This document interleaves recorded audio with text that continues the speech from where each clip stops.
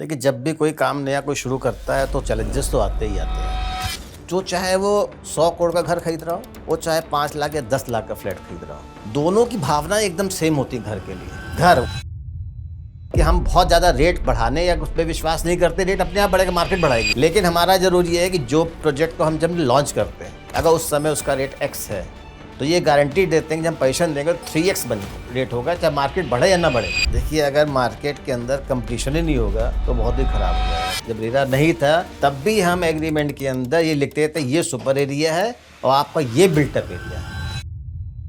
जितना हम कमिटमेंट करेंगे उससे ज़्यादा हम करके उसको देंगे। हम किसी कॉन्ट्रैक्टर से काम नहीं करा रहे, हमने अपनी कंस्ट्रक्शन टीम खुद बनाई हुई है। क्या दिल्ली एनसीआर में किसी का बजट 1 करोड़ से कम हो तो उसे मकान मिलेगा 50 लाख, 60 लाख, 70 लाख में? और आज की तारीख में भी अगर किसको 1-1.5 करोड़ का कहीं फ्लैट मिल रहा है तो तुरंत उसको ले लेना चाहिए। देखिए, अभी एक मॉल हम लोग लेके आने वाले सिद्धार्थ विहार के अंदर ही हम अपना स्कूल बना रहे हैं, जो 10+2 स्टैंडर्ड का स्कूल होगा।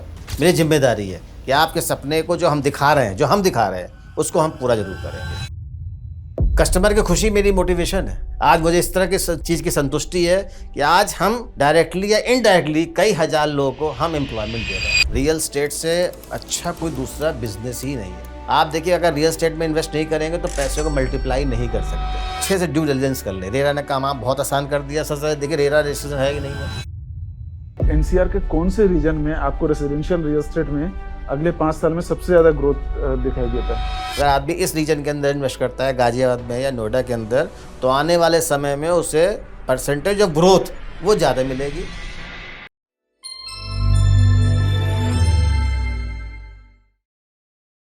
Today we have an exciting conversation lined up. Exciting for all those people who are interested not only on real estate but also knowing about people who have built something from the scratch, something very meaningful from the scratch.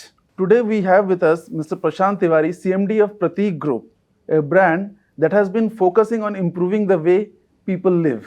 We'll not only be talking about real estate but also about leadership qualities, improving his vision about real estate and various other things. Prashant ji, welcome to the show. Thank you so much. Thank you for joining us. आपने Prateek group को एकदम scratch से शुरुआत की। क्या challenges रहे शुरुआती दिनों में और आज क्या चैलेंजेस हैं? देखिए, जब भी कोई काम नया कोई शुरू करता है तो चैलेंजेस तो आते ही आते हैं और इंसान का फर्ज है या कर्तव्य बनता है कुछ चैलेंजेस से लड़ के संघर्ष करके और फिर को जीत को हासिल करना। मैं 1986 में इंजीनियरिंग पास आउट करी, सिविल इंजीनियर पास आउट हूँ मैं इलाहाबाद मोतीलाल से। करने के बाद हमको जो है अथॉरिटी सब होता है सिविल इंजीनियर। 1986 में सिविल इंजीनियर का बहुत क्रेज हुआ करता था।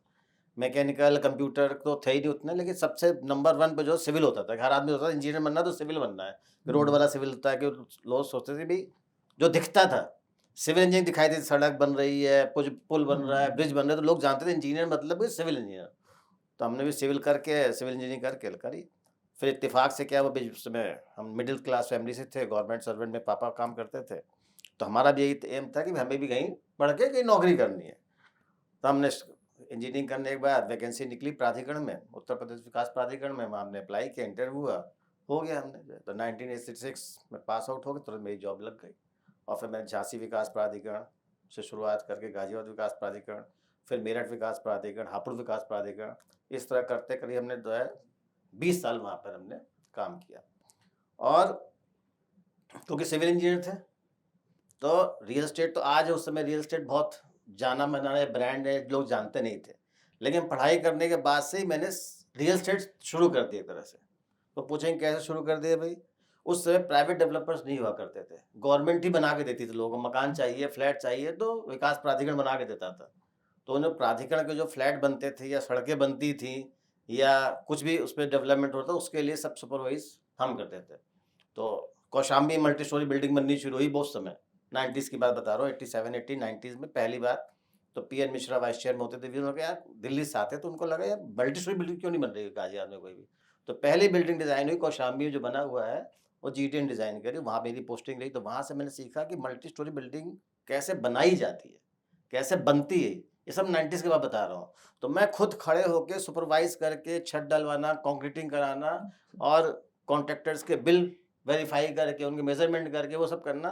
तो मैंने स्क्रैच से सारा कुछ अपने हाथों सीखा। फिर उसके इंदिरापुरम स्कीम आई। इंदिरापुरम के अंदर गन्ने के खेत थे, यहाँ पूरा गन्ना खेत था और बड़े-बड़े खेत थे। सारी की सड़कों का डेवलपमेंट भी वो मेरे हाथों से हुआ है। सर्वेइंग करना, ये करना, बहुत काम किया मैंने। और उसके बाद फिर मेरे ख्याल से 1987 से लेके और 93-94 तक मैं इंजीनियरिंग का ही काम मैंने पूरा किया और वहाँ पोजीशन का भी काम किया। अच्छा। जो यहाँ पोजीशन होता है, फ्लैट बन के पोजीशन, वहाँ मैंने शास्त्री नगर पूरी सोसाइटी थी इनकी जीडीए की, वो बिल्डिंग बनने के बाद और हम सबको हर अलॉटीज को पोजीशन देना। तो मेरा घर भी एकदम बगल में था, सोसाइटी के घर के बगल में था, तो लोग संडे को मेरे घर पे चले जाते थे, अलॉटीज है कि भाई पोजीशन देना है, तो मेरे हैंडिंग ओवर टेक ओवर मेरे साइन हुआ करते थे। तो मैंने समझ लीजिए कंस्ट्रक्शन से लेके और हैंडओवर तक का काम मैंने तो वहाँ रहते हुए सब कुछ सीख लिया। मेरी तो उम्र उस समय बहुत ही कम थी, 21-22 साल में नौकरी लग गई थी, तो उसमें जो भी हो गई। उसके बाद 93-94 में मेरा ट्रांसफ़र यहाँ से मेरठ विकास प्राधिकरण में हो गया। वहाँ से हो गया तो मैंने कहा कुछ नई चीज़ सीखते हैं अब जो है। इंजीनियरिंग तो बहुत कर ली हमने, और भी काम करते हैं। तो वहाँ जाके फिर हमने पोस्टिंग हमारी हो गई प्लानिंग डिपार्टमेंट में, जहाँ सारे प्लानिंग, टाउनशिप की प्लानिंग होती है, नक्शे पास होते हैं और कंस्ट्रक्शन होता है, अनऑथराइज्ड कंस्ट्रक्शन रोकना, करना, ये सब होता है। वो मैंने सीखा। फिर लौट के फिर दोबारा गाज़ियाबाद में आया, तो वहाँ दोबारा मेरी पोस्टिंग इसी मैप सेक्शन में हो गई, प्लानिंग में। तो मैंने उसके बाद 94-95 से लेके और 2004-5 तक मैंने प्लानिंग में काम किया, जहाँ सभी ग्रुप हाउसिंग के या छोटे मकानों के, कमर्शियल के नक्शे आया करते थे और उसको मैं वेरीफाई करके बायलॉज पास किया करता था।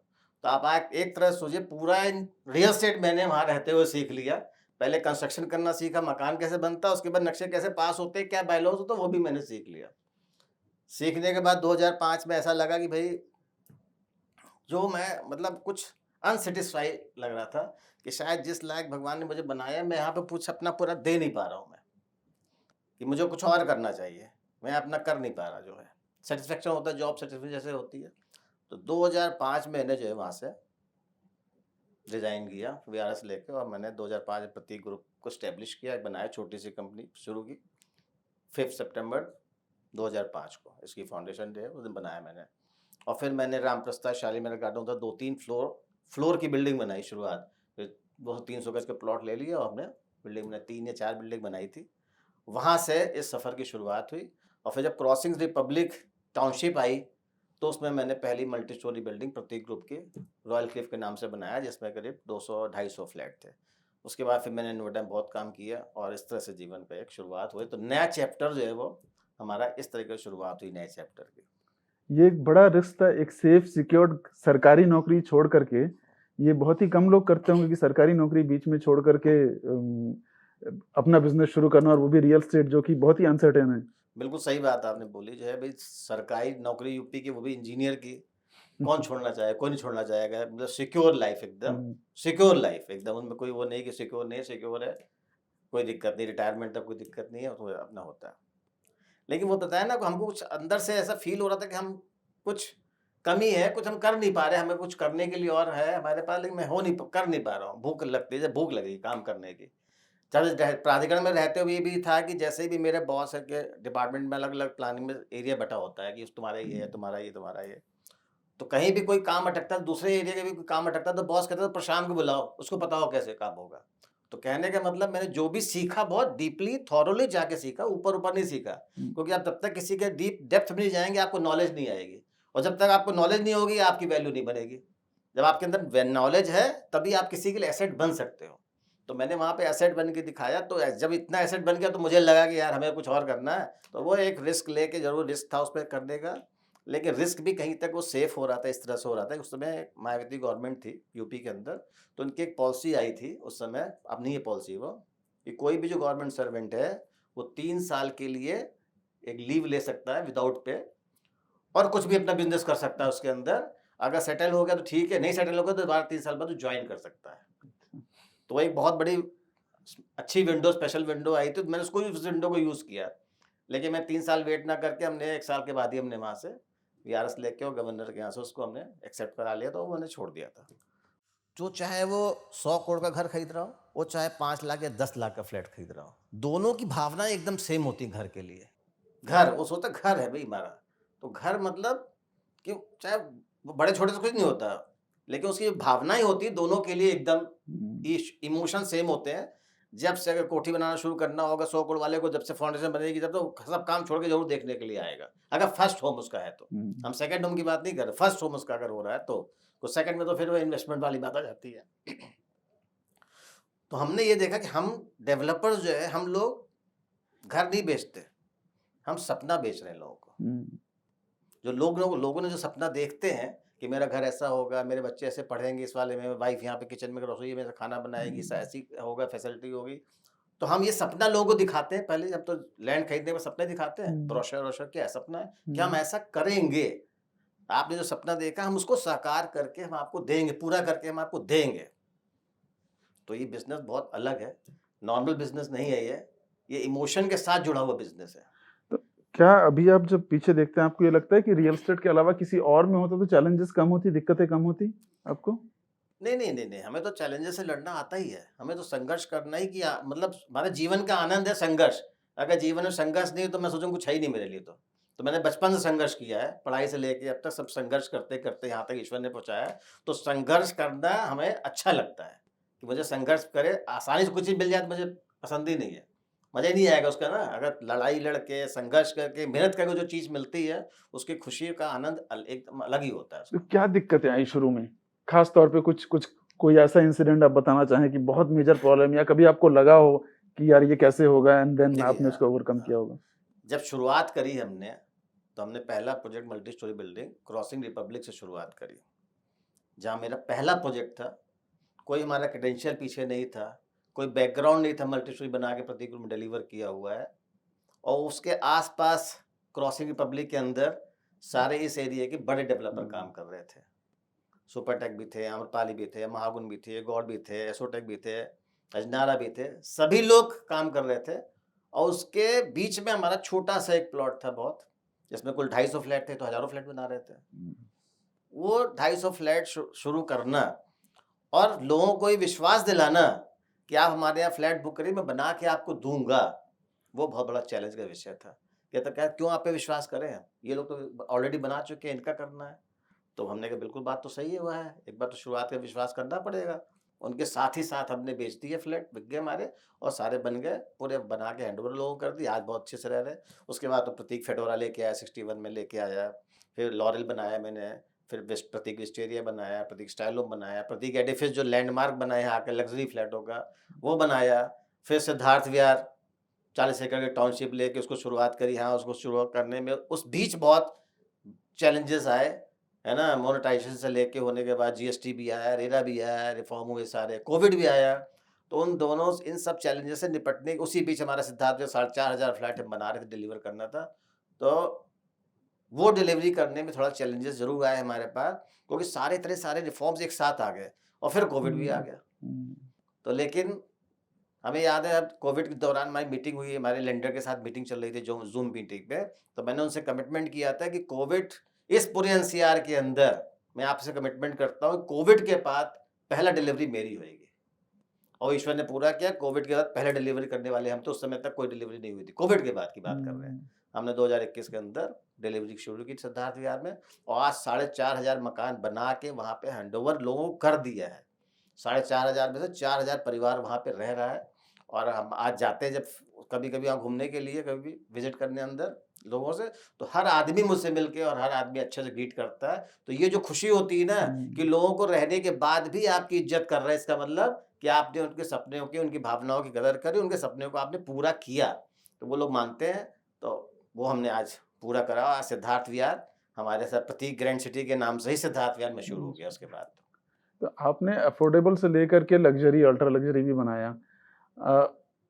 प्रतीक को आप कैसे डिफरेंशिएट करेंगे बाकी ब्रांड से, कैसे प्रतीक अलग है एक बायस के पर्सपेक्टिव से? देखिए, हम सबसे पहले आपको बताया ना, हमने शुरुआती वो बताया हमने कि हम सपना बेचते हैं। तो हमारे पूरे थीम के अंदर, पूरे कंपनी के अंदर ये फ्लो कर रहा है कि हम लोगों को सपना बेच रहे हैं और उसको सपने को टूटने नहीं देना है। हम उसके सपने को साकार करने के लिए यहाँ बैठे हैं। और हर हमारा, चाहे इंजीनियरिंग सेक्शन का आदमी हो हमारा, चाहे सीआरएम का हो, चाहे हमारा सेल्स का हो, हर एक से एक बात बोलते हैं खाली कि जब भी कस्टमर तुम्हारे सामने आए, क्योंकि सभी मिड सेगमेंट के लोग हैं यहाँ पे हमारे, जो लोग जो भी जॉब कर रहे हैं, तो आप उनकी जगह अपने आप को खड़ा करके देखो और तब करो कि क्या जस्टिस होना चाहिए, नहीं होना चाहिए। अपने आप को समझ लो तुम होम बायर हो, वो सेल्स वाला या इंजीनियरिंग वाला हो गया। वो सोच के कंस्ट्रक्शन करो, क्वालिटी दो, और वो सोच के सेल्स वालों को कमिटमेंट करो करने के लिए, और सीआरएम को उनकी जो भाई क्वेरीज है उनको सॉल्व करो। तो ये फिलॉसफी विजन कंपनी के अंदर घुल मिल गई है कि हमें तो बेस्ट ऑफ द क्लास काम करके देना है। नंबर में गलतियां हो सकती हैं, गलती होगी आगे फिर सुधारेंगे उस गलतियों को हम, लेकिन ये नहीं कि जो कर दिया वो कर दिया, ऐसा नहीं है। गलती होगी, हम सुधारते जाएंगे, और हमारे लिए सबसे पहले कस्टमर है, कस्टमर फर्स्ट, क्योंकि हम घर नहीं बेच रहे, लोगों को सपना बेच रहे हैं, और सपने को नहीं टूटना देना है। को जिस दिन हम मकान फ्लैट बन के तैयार हो जाता है, और जब कपड़ा सूखता है बाहर ना, तो बहुत खुशी मिलती है दिल को कि देखो हमने इतनी बिल्डिंग बनाई, आज के अंदर रह रहे हैं, बहुत खुशी मिलती है। तो उससे ज़्यादा कुछ है ही नहीं। तो यही फिलॉसफी पूरे कंपनी के अंदर है। तो हमें जो भी लिया हाथ में काम लिया, हम काम हाथ में कम लेंगे, लेकिन जो काम हाथ में लिया है उसको बहुत अच्छे तरीके से ये समझते हुए कि हमें भी यहाँ रहना पड़े तो रह सकते हो, इस तरीके से हम काम करते हैं। पिछले 20 सालों में इंडस्ट्री में और टोटल कंस्ट्रक्शन में सब में आप क्या चेंजेस देख रहे हैं लोगों की उम्मीदों में, आकांक्षाओं में, लिविंग स्टाइल में? 2005 से लेके अब तक क्या चेंज हुआ और कैसे इवॉल्व हो रहा है ये सेक्टर? देखिए पूरा इंडिया का मतलब हो ही रहा है ना, लोग की माइग्रेशन हो रहे हैं। भाई गाँव से लोग कस्बों में आ रहे हैं, तो टायर 2 सिटीज़ में आ रहे हैं, टायर 2 सिटीज़ निकाल के लोग मेट्रो सिटीज़ में भी आ रहे हैं। ये आपकी शुरुआत 90 से हो गई थी, आज से नहीं हुई, 90 से हो गई है। वो क्यों ले पा रहा है? क्योंकि इसको ना होम लाइन बहुत ईज़ी हो गया, होम लोन लेना बहुत ईज़ी हो गया है, गाड़ी का लोन लेना बहुत ईज़ी हो गया है। कोई किराए पे रहता था पहले आदमी, तो किराए पे जितना उसको देना पड़ता था, तो उससे आज उतनी माही में उसका घर हो जाता है 10-15 साल के अंदर। तो हर आदमी चाहता है मैं घर लूँ आज की तारीख में। उसी को देखते-देखते ये फ्लैट कल्चर शुरू हुआ, 2000 हुआ, तो मतलब इतना है कि हर यंग जनरेशन या जो भी होता है सोचता है सोसाइटी में रहो, बल्कि अब कोठी छोड़ के लोग सोसाइटी में आ रहे हैं। गेटेड कम्युनिटी उनको चाहिए कि बच्चों को सिक्योरिटी होती है, हर फैसिलिटी उसके अंदर मिल जाती है, जो कि कोठियों में शायद नहीं मिल पाती है। तो अब तो कल्चर आ गया है कि हमें गेटेड कम्युनिटी के अंदर रहना है, जहाँ सेफ्टी एंड सिक्योरिटी की भावना हो, सारे एमिनिटीज़ वहाँ प्रोवाइड हो, और बच्चा आराम से खेल सके, रह सके, स्कूल जा सके। तो तो ये गेटेड कम्युनिटी में भी पिछले 20 सालों में काफ़ी डिज़ाइन के टर्म्स में, कंस्ट्रक्शन के टर्म में चेंजेस आपने नोटिस किया होगा लोगों देखिए की जब जो। समय-समय पर हर चीज़ चेंज होती है, जैसे समय-समय आएगा टेक्नोलॉजी चेंज हो रही है, ठीक है? पहले जो है कि वो बल्ली लगा के और जो है वो शटरिंग करके होती है, उसके बाद एल्युमिनियम शटरिंग का दौर आ गया। एल्युमिनियम शटरिंग आ गई, माइबन शटरिंग आने लगी, अब तो इंडियन शटरिंग बनने लगी एल्युमिनियम के अंदर। तो हम पहले है कि हमें भी याद है कि हम पहले एडिफिस, मेरा एक पहला प्रोजेक्ट था नोएडा के अंदर, जो माइबन शटरिंग में बना है। इसमें कोई किसी और डेवलपर ने, सबसे पहले हम ये लेके आए थे माइबन शटरिंग मलेशिया से, और हमने एडिफिस बनाया। इसके अंदर खासियत क्या होती है कि सारी की सारी वॉल आपकी आरसीसी की वॉल होती है, तो मजबूती बढ़ गई। दूसरी की हर छत 10 दिन में आप दूसरी छत डाल सकते हैं, तो आपकी स्पीड बढ़ गई। आप 50 बिल्डिंग 40 बिल्डिंग बनानी ही अगर है, आप एक महीने में एक छत डालेंगे तो कितने दिन हो गए? इसमें आप महीने में 3 छत डाल सकते हैं, और मजबूती इसकी कंक्रीट की वॉल होगी, पूरी प्लास्टर करना नहीं पड़ता। तो टेक्नोलॉजी के साथ हर एक को याद है। उसी तरह कंस्ट्रक्शन टेक्नोलॉजी चेंज है, उसी तरह से आप देखिए आज एआई का ज़माना आ गया। कंप्यूटर है, अब एआई ज़माना आ गया, तो एआई को भी इन्वॉल्व करना पड़ेगा अपने इसके अंदर, नहीं तो पीछे रह जाएँगे। तो जैसे-जैसे लोगों की डिमांड है, जैसे टेक्नोलॉजी बढ़ रही है, उसकी उसी के अनुसार घरों में भी फ्लैटों को डिज़ाइन करने में, उनको सुधार करने में, और उसको इवॉल्व होता रहता है। जो अब नया प्रोजेक्ट बनेगा पहले से, वो हमेशा अच्छा होगा, बेटर होगा। अच्छा, आपने अभी रिसेंटली ग्रैंड बिगोनिया लॉन्च किया। जी, जी। अब आप आने वाले दिन में टाउनशिप वाला कल्चर कितना बढ़ता देख रहे हैं मेट्रोज़ में, टियर 2 सिटीज़ में, रियल एस्टेट में, और कितना सक्सेस होगा ये टाउनशिप कॉन्सेप्ट? देखिए टाउनशिप का मतलब क्या हुआ? ये गवर्नमेंट के बायलॉज़ हैं कि मतलब अगर एक जगह पे इतने परिवार से अधिक लोग रहेंगे, तो उनको ये सुविधा होनी पड़ेगी। तो वो डिफ़ाइन है उसके अंदर, अगर इतने हमारे जनसंख्या हो जाएगी तो आपको एक पुलिस चौकी देनी पड़ेगी। इतनी जनसंख्या हो जाएगी तो स्कूल भी बनाना पड़ेगा वहाँ पे। इतनी जनसंख्या हो जाएगी तो आपको जो है हॉस्पिटल बनाना पड़ेगा वहाँ पे। तो वो ये इसलिए नॉर्म्स है कि आदमी जब घर के अंदर रहे तो उसको दूसरी भी नेसेसिटी मिलती रहे। बच्चे के लिए स्कूल जाने के लिए दूर नहीं जाना पड़े, वहीं पे बने। कमर्शियल में कुछ खरीदना तो वहीं पे खरीद सके, कुछ दिक्कत हो जाए तो हॉस्पिटल उसी के अंदर बने। तो टाउनशिप का मतलब क्या? शहर। तो शहर में जो-जो सुविधाएँ होती हैं, वो टाउनशिप के अंदर बनाई जाती है। अब तो नोएडा, गाज़ियाबाद ऐसा इतना बड़ा टाउन है कि उसके अंदर के अंदर टाउनशिप बन रही, बात अलग होगी। तो टाउनशिप का कल्चर नहीं है, टाउनशिप तो भाई नेसेसिटी है। अब सिद्धार्थ विहार की बात करते हैं जो गाज़ियाबाद में हमारा है, हमने 2016 में इसको जो है लॉन्च किया था करीब। 40 एकड़ की टाउनशिप थी, उसमें हमने 24 टावर पहले लॉन्च किए थे 14-15 15-16 में, जिसमें 4500 फ्लैट थे। उस समय ना तो NH24 जो बन गया तो 16 लेन का बन चुका है, ये भी नहीं बना हुआ था। और जो लिंक रोड है जो NH24 से NH58 को मिलाती मेरठ वो भी नहीं बनी हुई थी। लेकिन जमीन टाउनशिप हमने लेके हमने इस प्रोजेक्ट को लॉन्च किया और हमने 4,500 फ्लैट उसके अंदर अच्छे तरीके से बना के हैंडओवर लोगों किए और लोग रह रहे हैं। उसी के अंदर EWS LIG को गवर्नमेंट के नॉर्म्स होते हैं, इतने अगर है तो आपको 10% EWS और 10% LIG बना के देना पड़े, जिसका रेट भी फिक्स कर रखा है। वो भी हम उसमें उसके अंदर बन रहा है अभी, जो अभी सबके ड्रॉ हो गए, सबके उनको मिल गए। उसी के अंदर 15 एकड़ लैंड हमारी फ्यूचर फेज के लिए और बची हुई थी, जिसमें हमने प्रतीक ग्रैंड बिगोनिया के नाम से लॉन्च किया है। और ये भी हाई एंड प्रोजेक्ट इसके अंदर है, ये है सारे फ्लैट 1.5 करोड़ से लेके और 3 करोड़ तक के फ्लैट इसके अंदर है। अब सिद्धार्थ विहार की लोकेशन की अगर आप बात करिए तो इससे अच्छी लोकेशन दूसरी हो नहीं सकती कनेक्टिविटी वाइज। अक्षरधाम से आप चलेंगे 10 मिनट के अंदर, अक्षरधाम से आप 12 मिनट में पहुंच जाएंगे। आपको मेट्रो चाहिए तो बगल में मेट्रो है, मेट्रो कनेक्टिविटी नए बस अड्डे के पास गाजियाबाद मेट्रो जा रही है वहाँ से। यहीं से एक और अभी जेवर एयरपोर्ट जाने के लिए भी वो चल रहा है, वो भी प्रपोजल पास होकर बनेगा, लेकिन उसकी जरूरत नहीं है, क्योंकि अगर यहाँ से सिद्धार्थ विहार से किसी को एयरपोर्ट जाना हो, दिल्ली उसके लिए ज़्यादा सूट करेगा कि 45 मिनट्स के अंदर बारापुला होते हुए दिल्ली एयरपोर्ट चला जाएगा। इंडिया गेट 20 मिनट पहुँच जाता है, तो इससे अच्छी कनेक्टिविटी लोकेशन, बहुत अच्छी लोकेशन है।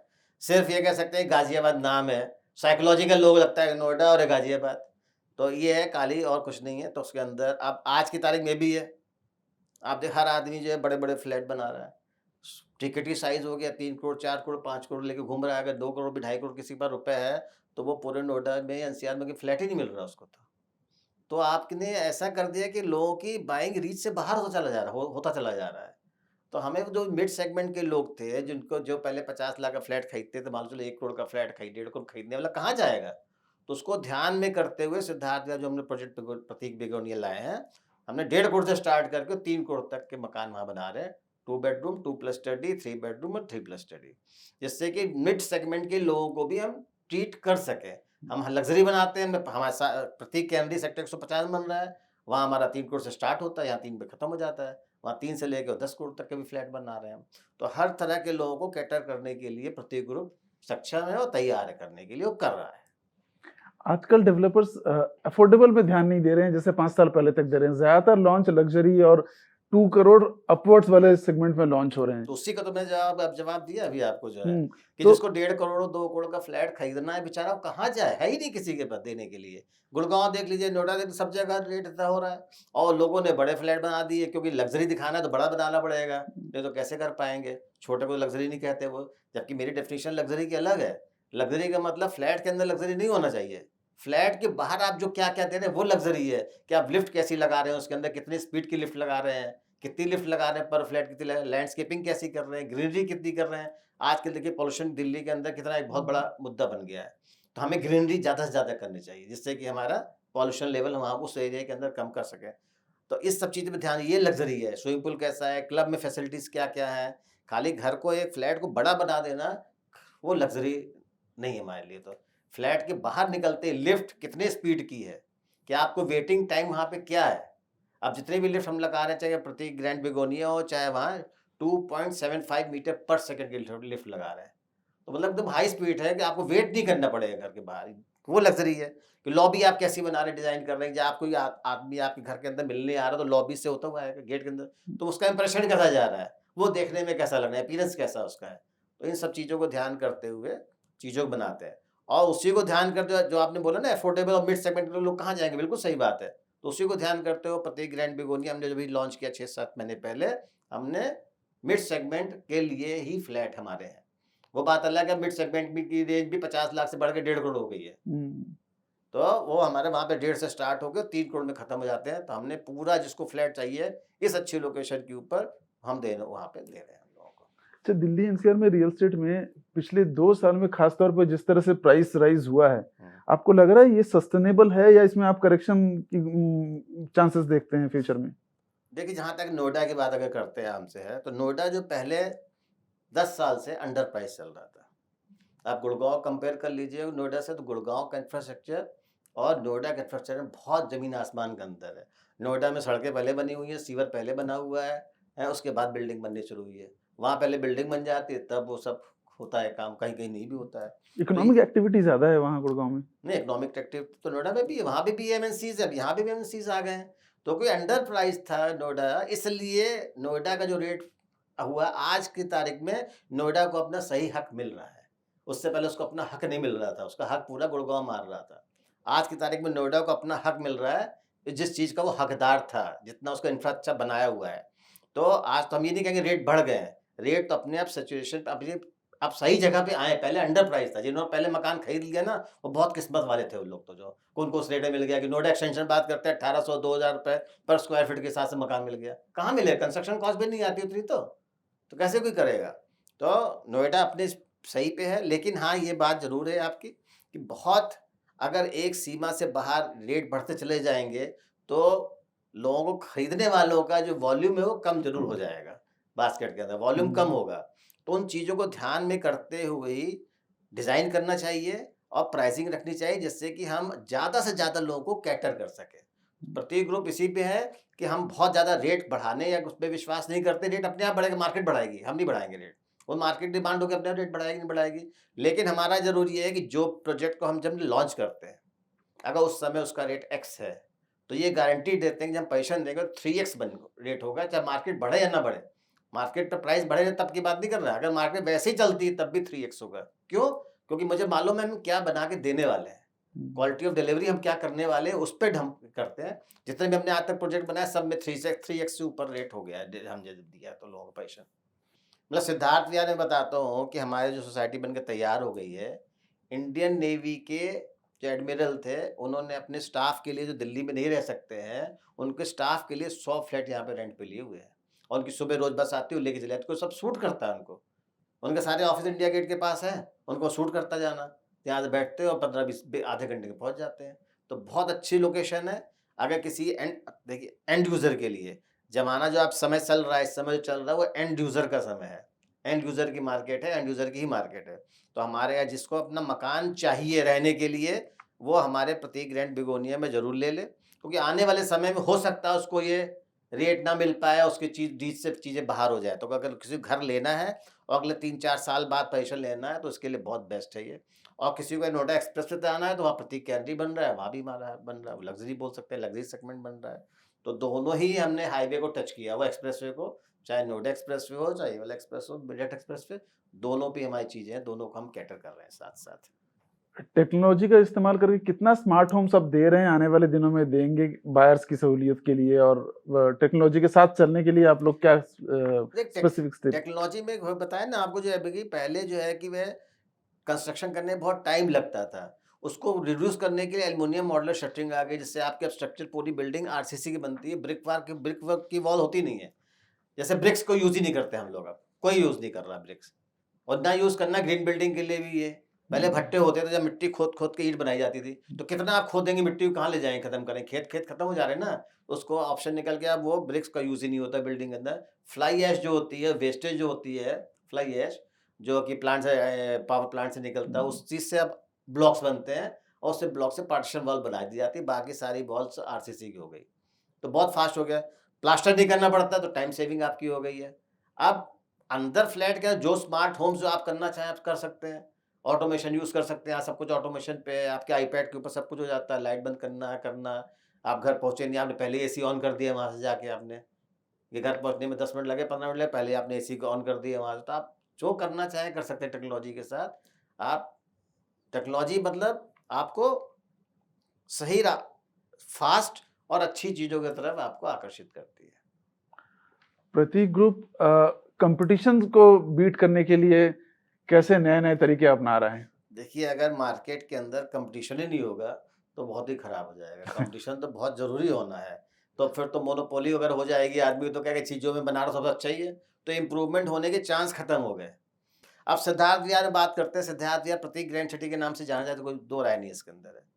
और शायद प्रतीक के वजह से ही बेंगलोर के इतने बड़े बिल्डर प्रेस्टीज ने वहाँ पे आके ज़मीन ली और प्रोजेक्ट को लॉन्च किया। मैं सोचता हूँ कि शायद अगर हम नहीं होते वहाँ पे, तो प्रेस्टीज शायद गाजियाबाद में नहीं आता, नोएडा में तो आ सकते थे, लेकिन गाजियाबाद तुरंत नहीं जाते वो।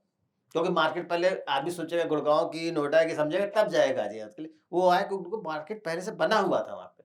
मैंने उनके लिए बेस पूरा बना के तैयार रखा हुआ था। अब आप कहेंगे हमें हमें अच्छा लगा कि वो आए। अच्छा आने से क्या, हमें क्या अच्छा है? वो जो काम करेंगे हम उससे अच्छा करेंगे। वो क्या सोचेंगे कि हम जो करेंगे उससे अच्छा वो करेंगे। तो हमारे इन दोनों के अंदर एक कंपटीशन होगा, कंपटीशन का फ़ायदा किसको मिलेगा? And Right. यूज़र को मिलेगा। तो जो बाय प्रोडक्ट जो बन के निकल के आएगा वो अच्छा प्रोडक्ट होगा, कंपटीशन की भावना से। इसलिए कंपटीशन होना तो बहुत ही ज़रूरी है, नेसेसिटी है, मोनोपोली होनी ही नहीं चाहिए। ट्रांसपेरेंसी मेजर्स सब क्या रखते हैं बायर्स के लिए? कंस्ट्रक्शन में कितनी ट्रांसपेरेंसी है सब चीज़ों में? हुँ। कंपनी में गवर्नेंस में ट्रांसपेरेंसी? देखिए रेरा तो अब 2017 में रेरा आया। उससे पहले रेरा था नहीं तो लोग सब सुपर एरिया लिखा करते थे, आपको मालूम ही है। अब सुपर एरिया में कितना कारपेट बिल्टअप मिल रहा है वो पता चलता नहीं था। लेकिन प्रतीक ग्रुप की फिलॉसफी है, रेरा जब नहीं था 2010 में भी जो हमने प्रोजेक्ट बनाए, चाहे फेडोरा हो, लॉरेल हो, विस्टोरिया हो, स्टाइलोम हो, एडिफिस हो, जब रेरा नहीं था तब भी हम एग्रीमेंट के अंदर ये लिखते थे ये सुपर एरिया है और आपका ये बिल्टअप एरिया है और ये कारपेट एरिया है। तीनों चीज़ में उस दिन पहले भी डिफाइन करता था। तो ये ट्रांसपेरेंसी रेरा आ गया तो उसके बाद तो सबको करना पड़ गया और सबको करने से अब अच्छा हो गया कि एक फेयर एक फील्ड में तो आए। नहीं लोग क्या करते थे कि भाई हमारा जो कारपेट एरिया जितना कारपेट एरिया हम 1000 स्क्वायर फीट सुपर एरिया में दे रहे हैं, दूसरा जो है क्या करता था सुपर एरिया कर देता था उसको जो है 1200 1000 को और कारपेट एरिया हमसे भी कम है उसका। लोग समझ नहीं पाते थे और रेट उसने कम कर दिया पर स्क्वायर फीट अपना। तो सोचा ये तो सस्ता मिल रहा है भाई यहाँ ही ले लो, वो तो महंगा दे रहे हैं। जबकि ओवरऑल में देखें तो वो उसको महंगा पड़ रहा है। तो ये अब रेरा आने की वजह से ये बहुत ट्रांसपेरेंसी आ गई, जो कि ट्रांसपेरेंट प्रतीक ग्रुप पहले से इस चीज़ को अपने अंदर अपना तो उसके आने से हमें अच्छा ही हुआ मेरे लिए, कोई नुकसान हमारा नहीं हुआ। और कस्टमर के लिए हम सेल्स वालों को बोलते हैं कोई ओवर कमिटमेंट आपको नहीं करना है, ये हमने बोला हुआ है। आप कभी चेक कर सकते हैं सेल्स ऑफिस में जाके, वो ओवर कमिटमेंट नहीं करेगा। जितना हम कमिटमेंट करेंगे उससे ज़्यादा हम करके उसको देंगे। ऐसा नहीं कि हम बहुत ज़्यादा बोल दें और फिर हम करके कम दें। बोलेंगे कम लेकिन करके हम उसको ज़्यादा देंगे। तो ये हमने सबको फिल बल बताया हुआ है और कंस्ट्रक्शन में भी क्वालिटी थर्ड पार्टी भी हमारी रहती है कि हम जो कंस्ट्रक्शन कर रहे हैं हमारी अपनी कंस्ट्रक्शन टीम खुद की है। हम किसी कॉन्ट्रैक्टर से काम नहीं करा रहे, हमने अपनी कंस्ट्रक्शन टीम खुद बनाई हुई है। मटेरियल सारा हमारा अपना परचेज़ किया हुआ है, कुछ भी मटेरियल होगा सब हम परचेज़ सिर्फ़ लेबर कॉन्ट्रैक्टर हमारे यहाँ है, सिर्फ़ लेबर सप्लाई है उसका कॉन्ट्रैक्टर है, बाकी सब अपने हैं। थर्ड पार्टी भी लगाई हुई है क्वालिटी चेक करने के लिए, आरएमसी प्लांट बनता है तो उसका डिज़ाइन मिक्स उतना है या नहीं है, वो सब चेक कराया जाता है। दूसरा गुड़गाँव में देखा होगा वो चिंटल बिल्डिंग जो कैसे एक हादसा हो गया था। वो किस वजह से हो गया था? कोरोज़न कह रहे हैं, कोरोज़न लग गया था। तो हम उसको पहले से ही ध्यान में करते हुए हम RO water treatment plant site के ऊपर लगा हुआ है। जो एसटीपी का वाटर हम लेके आते हैं, उसको पहले आरओ प्लांट से ट्रीट करते हैं आरओ से, तब उस वाटर को हम कंस्ट्रक्शन में यूज़ कर रहे हैं। पूरा कैनरी में भी, पूरा हमारे प्रतीक बिगोनिया में भी। तो उससे क्या हो गया, क्या कि बिल्डिंग की लाइफ बढ़ गई। कोरोज़न लगने की वो गुंजाइश खत्म हो गई इसके अंदर। तो कोई नहीं लग इस पूरे एरिया में तो चैलेंज के साथ कहता हूँ, कोई भी दूसरा आदमी ऐसा आरओ प्लांट से कंस्ट्रक्शन नहीं कर रहा होगा, जो हम कर रहे हैं वहाँ पर। तो ये चीज़ें ध्यान में करते हुए कि हम लोगों को मतलब घर दें तो इतना अच्छा हो लाइफ लॉन्ग ना चले उनके कि जीवन के बाद भी उनको याद करो मैं भाई मकान में रहते हुए मेरे को खुशी हो कि इस मकान के अंदर बहुत अच्छा मकान गुजर दिया, बस मुझे आशीर्वाद मिलता रहे और प्रतीक ग्रुप को आशीर्वाद देते रहे। जब आशीर्वाद मिलता रहेगा तो प्रतीक ग्रुप ग्रो करती रहेगी। तो फिलॉसफी हमारा यही है कि लोग खुश रहें, जितने ज़्यादा लोग हमारे खुश होंगे उनका आशीर्वाद मिलेगा, कंपनी उतनी ही ग्रो करेगी और कंपनी ग्रो करेगी तो जो इसके अंदर काम करने वाले लोग हैं उनका भी ग्रोथ होगी, यही उनको बोलते हैं। कंपनी ग्रो करेगी तभी आप ग्रो करोगे, नहीं तो कंपनी के बिना आप खुद ग्रो नहीं कर सकते। हमारे यहाँ कंपनी के अंदर एक कल्चर आ गया कि वो अपनाते हैं कस्टमर का एकदम मतलब ये सोच के चलते हैं कस्टमर कि मैं खुद कस्टमर हूँ, ये सोच के उनके साथ व्यवहार करते हैं। क्या दिल्ली एनसीआर में किसी का बजट 1 करोड़ से कम हो तो उसे मकान मिलेगा 50 लाख 60 लाख 70 लाख में, या वो दिन गए उनको किराए में ही रहना पड़ेगा? नहीं देखिए ऐसा है अब है कि भाई वैसे तो भाई अब घर की क्या है कि कितने में है। अब वैसे ईडब्ल्यू एल आई जी भी बनने हैं, सरकार की पॉलिसी के अकॉर्डिंग बनते हैं। जो 10 लाख का मकान हम ईडब्ल्यू एल आई जी के बना के दे रहे हैं, अगर वो बिल्डर से वैसे लिए पॉलिसी ना हो, अगर वो नॉर्मल बिल्डर बनाया तो 50 लाख का फ्लैट है वो आज की तारीख में। वो लाइन लगी हुई है, हमारे 1000 फ्लैट थे, 5000 एप्लीकेशन उसके अंदर आई हमारे पास ड्रॉ करने के लिए। लेकिन जो आप बोल रहे हैं बिल्कुल ठीक है कि भाई आज की तारीख में देखिए वो 1 करोड़ से कम में तो कोई भी फ्लैट यहाँ पे अब मिलने का मुश्किल है, बहुत मुश्किल है। क्योंकि उसका रीज़न है खाली ज़मीन के रेट बढ़ गए हैं, कंस्ट्रक्शन कॉस्ट बढ़ गई है, फिर जीएसटी पहले इनपुट मिलता था, इनपुट क्रेडिट मिलता था हम लोगों को, वो इनपुट क्रेडिट खत्म हो गया अब 5% के आपसे कस्टमर से लेना वो हमें जमा करना है और हर चीज़ पे 18% जीएसटी हमारी लगी वो हमें एक्स्ट्रा देना है। तो कॉस्टिंग भी बढ़ गई है, लैंड कॉस्ट भी बढ़ गई है, लेकिन उसके साथ साथ लोगों की इनकम भी कहीं ना कहीं बढ़ी है, ऐसा नहीं कि इनकम नहीं बढ़ी है। और होम लोन देखिए, आज की तारीख में होम लोन बहुत रेट घट गए हैं, तो उसका कहीं न कहीं मिक्स मैच अगर करेंगे तो बहुत ज़्यादा ओवरबर्डन उसको नहीं पड़ेगा। और आज की तारीख में भी अगर किसको 1 डेढ़ करोड़ का कहीं फ्लैट मिल रहा है, तो तुरंत उसको ले लेना चाहिए। ये एकदम बता रहा हूँ मैं। क्योंकि आने वाले समय जो दिखाई दे रहा है कि ज़मीनें भी नहीं, देखिए लैंड है ही नहीं। अभी लोग यमुना तक चलते चले जा रहे हैं। नोएडा और गाज़ियाबाद कोई बात ही नहीं करता, यमुना तक भागते चले जा रहे हैं। तो आप यमुना में भी तो कुछ है ही, दिखता ही नहीं मुझे, नहीं है, अभी तो है ही नहीं। तो कहाँ लेगा जाके फ्लैट वो? तो अगर कोई को शहर के बीच में जहाँ सारी सुविधाएँ, सोशल इंफ्रा मौजूद हैं, हॉस्पिटल है, स्कूल है, कनेक्टिविटी अच्छी है, जहाँ पर भी है, वो ज़रूर वहाँ पे अपना फ्लैट, अपना घर रहने के उद्देश्य से ज़रूर ले लें। प्रतीक गुप्त के फ्यूचर प्लान, एक्सपेंशन प्लान्स क्या हैं और कहाँ-कहाँ जाएँगे? क्या प्रोजेक्ट आएँगे? 5 साल में आप कंपनी को कहाँ देखते हैं? देखिए, अभी एक मॉल मॉल हम लोग लेके आने वाले, सिद्धार्थ में हम ले नक्शा मेरा पास हो गया है, एक मॉल लेके आ रहे हैं, रिटेल मॉल, छोटा मॉल है, 2.5 लाख स्क्वायर फीट का, जिसके अंदर 4 स्क्रीन के सिनेमा हॉल है, फूड कोर्ट है, बच्चों के लिए किड्स प्ले एरिया भी है और डिफरेंट ब्रांड्स की बात है। उसके अंदर भी हम लोग कोई बेच नहीं रहे, उसके अंदर दुकानें कोई नहीं बेचेंगे हम लोग, सारा का सारा लीज़ मॉडल पे करेंगे, लीज़िंग मॉडल पे करेंगे। अगले 2 से 3 साल के अंदर वो हमारा तैयार हो जाएगा। दूसरा, सिद्धार्थ विहार के अंदर ही हम अपना स्कूल बना रहे हैं, जो 10+2 स्टैंडर्ड का स्कूल होगा, और वो भी हम बना रहे हैं, वो भी 4 एकड़ 3 से 4 एकड़ के बीच का है, 2.5 lakh square feet built up area है। तो हम लोग नर्सरी से लेके 12th स्टैंडर्ड तक का स्कूल बना रहे हैं, वो भी हमारा अगले 3 साल के अंदर तैयार होगा। तो पूरा का पूरा शहर हम उसके अंदर बसा देंगे, जो है कि इस बच्चों के लिए स्कूल, मॉल, हैं, हॉस्पिटल के लिए ज़मीन भी वही बन रही है, तो बन जाएगा वो। ये हो गया, प्लस प्रतीक केंद्रीय सेक्टर 150 बन रहा है, 2027 में उसको हम पोजीशन देने जा रहे हैं। एकदम बहुत अच्छा प्रोजेक्ट बन के तैयार हो, मतलब जो मैंने एडिफिस बनाया है प्रतीक एडिफिस 107 के अंदर, उससे भी कहीं ऊपर का प्रोजेक्ट है वो बहुत। तो वो बन के तैयार हो रहा है हमारा। और उसके बाद हम अब देख रहे हैं, वेट एंड वॉच कर रहे हैं कि जहाँ पे अच्छी लैंड मिलती है और अच्छी प्राइसिंग मिलेगी, हम वहीं पे अपना हाथ डालेंगे। क्योंकि अभी हर जगह रेट इतने बढ़ते चले जा रहे हैं, तो अब उसको वेट एंड वॉच मार्केट को देखते हुए फिर आगे हम इसको देखेंगे और लेके जाएँगे, जहाँ भी अच्छी चीज़ मिलेगी मुझे। तो नोएडा, ग्रेटर नोएडा, गाज़ियाबाद से भी बाहर आप जाएँगे? हरियाणा, किसी और स्टेट में ऐसा प्लान है अभी फ्यूचर में? हमारा मतलब ये यूपी में तो प्लान है हमारा है करने का कि भई हम जैसे मुरादाबाद हो गया, मेरठ हो गया, टायर 2 सिटीज़ की तरफ भी जाने का विचार है। अगर कोई अच्छी चीज़ मिलेगी तो हम लोग ज़रूर जाना चाहेंगे वहाँ पर। ये स्कूल वगैरह जो खोल रहे हैं, इसे आप खुद रन करेंगे या किसी स्कूल ये चेन को आप यह देंगे? प्रतीक अपने आप रन करेगा, प्रतीक के नाम से स्कूल होगा, प्रतीक खुद ही इसको रन करेगा। आप as the chairman of the company आप अपने कस्टमर्स को क्या मैसेज देना चाहेंगे? देखिए, हम तो कस्टमर से अपने कस्टमर पहले बताया ना, आप सपना देखो। कस्टमर से मैं कहता आप सपना देखो और मैं बैठा हूँ आपके सपने को साकार करना, पूरा करने के लिए। मेरी रिस्पॉन्सिबिलिटी है, मेरी ज़िम्मेदारी है कि आपके सपने को जो हम दिखा रहे हैं, उसको हम पूरा ज़रूर करेंगे। आँख बंद करके विश्वास, जैसे अब तक हमने सारे प्रोजेक्ट डिलीवर किए हैं। हाँ, हो सकता है किसी में 2, 4, 6 महीने डिले हो सकता है, लेकिन हम जब बनने के बाद जो एंड प्रोडक्ट तैयार होकर उनको मिला है, तो सब डिलीवर करा है। किसी को कोई फ्लैट ऐसा नहीं कि जो हमने अनडिलीवर्ड हो, टाइमली डिलीवर सबको लोग को करके दिया है। आगे भी और अच्छा काम करके देंगे, पहले से जो काम किया उससे अच्छा काम करेंगे। आँख बंद के अंदर प्रतीक ग्रुप पर ट्रस्ट करें और प्रतीक ग्रुप जो आपको कहेगा वो 100% उसको पूरा करेगा। आप अपने आप को मोटिवेटेड कैसे रखते हैं? कस्टमर की खुशी मेरी मोटिवेशन है।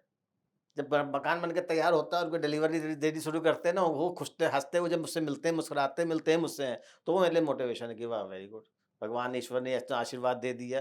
देखिए, इसमें हमारा कुछ नहीं है, बिना ईश्वर के आशीर्वाद के हम संभव नहीं मानते कि कुछ हो सकता है। आपकी नीयत अच्छी होनी चाहिए, सच्ची लगन से आप मेहनत करिए, तो ईश्वर आपको ज़रूर रास्ता देगा सिखाने के लिए, ऐसा नहीं कि नहीं देगा। और हर आदमी के जीवन में मैं मानता हूँ, एक मौका ईश्वर ज़रूर देता है, सही निर्णय या गलत निर्णय लेने के लिए। वो जो सही निर्णय या गलत निर्णय होता है, वही उस आदमी को ऊपर ले जाएगा या नीचे ले जाएगा, ये मानता हूँ। लेकिन मौका ज़रूर मिलेगा। तो हमको ईश्वर ने एक मौका दिया था, 2005 जब हमने ये कंपनी बनाई थी, उस समय हमने ईश्वर ने साथ दिया और निर्णय लिया, तो शायद हम आज यहाँ तक आ पाए। उस समय हम खुद जॉब करते थे और सरकार पे एक बोझ बने हुए थे। लोगों को सैलरी हर महीने दिया करती थी। आज मुझे इस तरह चीज़ की संतुष्टि है कि आज हम डायरेक्टली या इनडायरेक्टली कई हज़ार लोगों को हम एम्प्लॉयमेंट दे रहे हैं और उनके घर मेरी मेहनत की, मेरी विज़न की वज़ह से चल रहे हैं। इस चीज़ का मुझे बहुत गर्व है और संतुष्टि है, मतलब बहुत संतुष्टि है। ईश्वर की संतुष्टि है कि हम आज इतने लोग को भी हमारी वज़ह से, हमारी मेहनत की वज़ह से हम इतने लोगों को जॉब दे पा रहे हैं। तो अगर अच्छा काम करते रहेंगे तभी तो लोगों को दे पाएंगे। तो अब मुझे ये नहीं है कि प्रतीक को क्या करना है, अब तो प्रतीक की रिस्पॉन्सिबिलिटी बन गई कि परिवार बहुत बड़ा हो चुका है उसका, तो उन सबको आगे लेके चलना है, उनके बच्चों को भी आगे लेके चलना है। तो ये हमारी हेड ऑफ द फैमिली की जो जिम्मेदारी होती है वो मैं निभा रहा हूँ और निभाने की पूरी कोशिश करूंगा। आप यंग जनरेशन को सजेस्ट करेंगे कि जो अभी अपना करियर शुरू कर रहे हैं कि वो रियल एस्टेट में आए, अपना कारोबार शुरू करें या एज ए प्रोफेशनल ज्वाइन करें? बिल्कुल, देखिए रियल एस्टेट से अच्छा कोई दूसरा बिजनेस ही नहीं है, बहुत अच्छा बिजनेस है। और अगर गेम बोलेंगे तो गेम भी बहुत अच्छा है ये। आपको गेम खेलने में, रियल एस्टेट गेम खेलने में बहुत मज़ा आएगा, क्योंकि इसमें बहुत उतार और चढ़ाव भी होते हैं, स्नेक एंड लैडर भी वैसे होता है, वो भी होता है।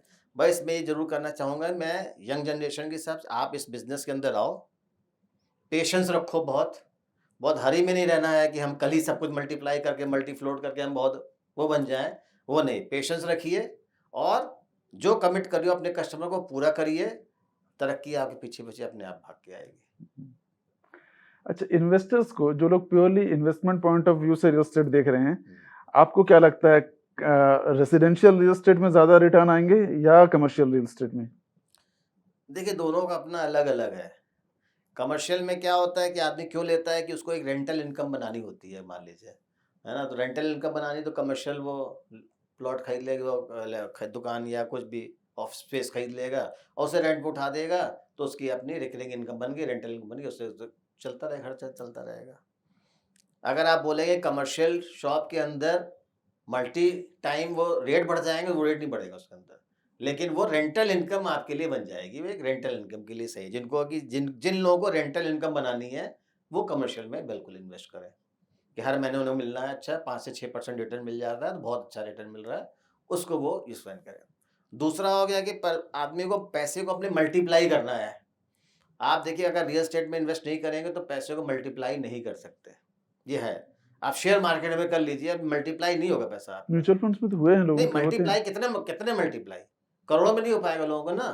लेकिन वहाँ तो देखिए उसमें क्या छोटा इन्वेस्टर भी इन्वेस्ट कर सकता है, म्यूचुअल हुँ, फंड वगैरह में। हुँ, किसी के पास लाख रुपए है, 2 लाख वो भी इन्वेस्ट कर सकता है। हुँ, तो लेकिन लाख 2 लाख का इन्वेस्ट करके वो करोड़ों नहीं बना पाएगा जल्दी। हुँ, लेकिन अगर आप रियल एस्टेट में इन्वेस्ट करते हैं, रेजिडेंशियल रियल एस्टेट में इन्वेस्ट करते हैं, तो आप देखते हैं कि अगर 1 करोड़ का फ्लैट आपने बुक कराया टोटल और 5 साल में उसकी डिलीवरी मिलनी है और 1 करोड़ रुपए आप उसको हर 5 साल में धीमे-धीमे करके देंगे, तो आपने बहुत धीमे-धीमे करके दिया 5 साल में पैसा 1 करोड़ रुपए, लेकिन जब बन के तैयार हो गया 5 साल बाद उसकी कीमत ही 2 करोड़ रुपए हो गई। हुँ, तो डबल नहीं हुआ पैसा, कई गुना पैसा हो गया आपका, क्योंकि आपने पैसा 10-10 लाख, 5-5 लाख के करके दिया हुआ है। हुँ, तो अगर आपको मल्टीप्लाई करना है पैसे को, तो रियल एस्टेट में इन्वेस्ट ज़रूर करना है। मैं अपनी कहानी बताता हूँ, जब मैं जो भी मैंने प्रॉपर्टी, प्लॉट खरीदे थे, इन्वेस्ट किया हुआ था, तो जब मैंने बिज़नेस शुरू किया, सबको एक साथ बेचा मैंने और पैसे को इकट्ठा किया, उसके बाद बैंक से लोन लिया। तो अगर हम कहीं इधर एफडी कर दो, ये कर दो, तो उतना नहीं हो पाता, हुँ, शेयर मार्केट नहीं लगा पाते। इसलिए अगर आपको कभी-कभी क्या होता है, आप छोटा 2 फ्लैट ले लिया एक आदमी ने, छोटे-छोटे 2 फ्लैट बुक कर दिए, ठीक है? 2 करोड़ के छोटे फ्लैट बुक कर दिए और 5 साल में पेमेंट करनी थी। जब वो पोज़ीशन का नज़दीक आता है, तो एक फ्लैट को बेच देता है, बेच दे आदमी। दूसरा फ्लैट आपका फ्री हो गया, इतना आपके उसके अंदर रिटर्न मिल गई। हुँ, तो अगर है मल्टीप्लाई करना है तो रियल एस्टेट में, रेजिडेंशियल में आराम से मल्टीप्लाई कर सकता है पैसा। और कहीं मतलब रियल एस्टेट ऐसा है, कभी आपको धोखा दे के नहीं जा सकता, आपको प्रॉफिट ही देगा, लॉस तो कभी हो ही नहीं सकता। बस सही जगह पे आपको देखना है कि सही डेवलपर के यहाँ, सही लोकेशन के यहाँ अपने पैसों को आप इन्वेस्ट करिए खाली बस। और हाँ, अब रेरा आ गया है, तो आप तो मैं एक एक और सलाह मैं ज़रूर दूँगा लोगों को, जो भी होम बायर हैं, इन्वेस्ट करना चाहते हैं, कि जब भी किसी प्रोजेक्ट में इन्वेस्ट करने चाहें, उसको अच्छे से ड्यू डिलिजेंस कर लें। रेरा ने काम आप बहुत आसान कर दिया। सच है, देखिए रेरा रजिस्ट्रेशन है कि नहीं है? अगर रेरा है तो आपका आधा काम तो वैसे ही हो गया। हुँ, फिर रेरा के अंदर जाके, आप वेबसाइट के अंदर जाके आप खुद सब कुछ देख सकते हैं कि इस फ्लैट का कारपेट एरिया कितना है, इसका डिलीवरी टाइम कब कैसा है, कैश फ्लो कैसे आ रहा है, इसके अंदर बनेगा, बन के तैयार होगा, तो आपका काफ़ी हेडेक कम हो जाता है। बस आपको ये तो हो गया, बन जाएगा, लेकिन लोकेशन आपको चूज़ करनी है। वो उसमें आपको सलाह लेनी है कि किस लोकेशन में इन्वेस्ट करें कि मेरा पैसा डबल हो, ट्रिपल हो, या रहना है तो वो रहने लायक 5 साल के बाद जगह बन पाएगी, नहीं बन पाएगी? कि हमने ले तो लिया, सस्ते के चक्कर में ले लिया गया है, पता लगा 5 साल मकान तो बन के तैयार हो गया, लेकिन वहाँ पे ना स्कूल है, ना कॉलेज है, ना कोई सोशल इंफ्रा है ही नहीं, तो आप कैसे रहेंगे उसके अंदर? तो इन्वेस्टमेंट करने के लिए पहले खुद आप देखेंगे सोशल इंफ्रा वहाँ पे है या नहीं है, कनेक्टिविटी उसकी कैसी है, हॉस्पिटल, स्कूल, मार्केट कितना दूर है। आपके वर्किंग स्पेस करने के लिए आपका कितना ट्रैवलिंग टाइम जा रहा है वो देखें। और दूसरा रेरा देख लें कि रेरा रजिस्ट्रेशन है, और है तो उसके अंदर डिटेल जाके सब कुछ देख सकते हैं। नंबर ऑफ फ्लैट क्या है उसके अंदर होने वाला है, कारपेट एरिया क्या उसके अंदर होने वाला है, कब डिलीवरी मिलेगी, सब कुछ उसके अंदर है। ये सोच समझ के इन्वेस्ट करें। ठीक, आखिरी चीज, एनसीआर के कौन से रीजन में आपको रेसिडेंशियल रियल एस्टेट में अगले 5 साल में सबसे ज्यादा ग्रोथ दिखाई देता है? देखिए ग्रोथ, अब गुड़गांव की बात करते हैं।